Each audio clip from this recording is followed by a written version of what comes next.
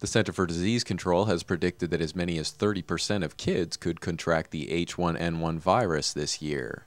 Waltham School's Director of Nurses Marie DeSisto and her crew throughout the district aren't in panic mode yet, but they are steeling themselves for a possible outbreak of the virus, which has been linked to 556 deaths in the U.S. and 11 in Massachusetts. We have educational materials that have just been put out by the Massachusetts Department of Public Health for the staff and for parents, so we'll be getting that out.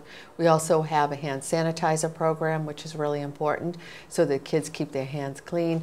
And we have a sink in every school, every classroom in every school, so with the new schools, they're well equipped to keep kids nice and healthy. Also, the new schools provide great new ventilation, so the schools are well ventilated. Unlike seasonal flu, which kills 36,000 Americans every year, the majority of them seniors, H1N1 is 20 times more common in 4 to 24-year-olds than in those over 65. H1N1 primarily strikes the young, so the median age to get H1N1 is 14 years.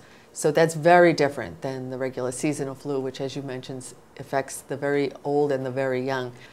Luckily, most kids in that age group, though, are healthy, so they do recover well.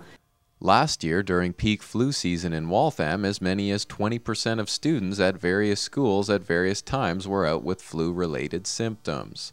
So how many of those were confirmed cases of swine flu? I would say approximately 2 to 3, no more than that.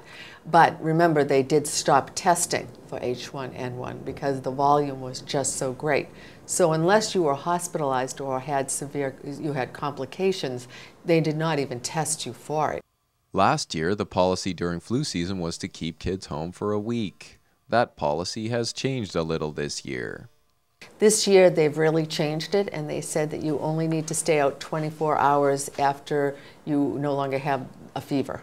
So without any kind of medication that would reduce the fever. So 24 hours now is considered adequate.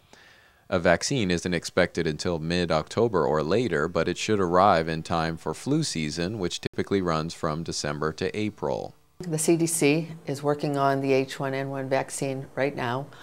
It is in production. They are doing clinical testing to make sure that it's safe and effective. And we're hoping that it will be out sometime in October to November, might be a little bit more realistic.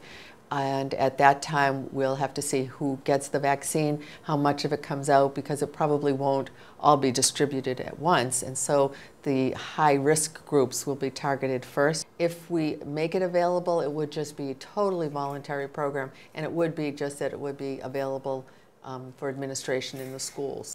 In the interim, DeSisto's advice for parents and kids remains the same. Fever is a key part of whether or not they have flu. A lot of people don't seem to have thermometers at home, so I would recommend that every parent go out and get a digital thermometer at the drugstore. They're really quite inexpensive now. Make sure that you have spoken to your primary care provider about how to care for your child at home. We have booklets here that we're ordering to distribute to families, but how can they care for children at home and make sure that they're well hydrated and that they get plenty of rest. For Waltham Newswatch, this is Chris Wangler.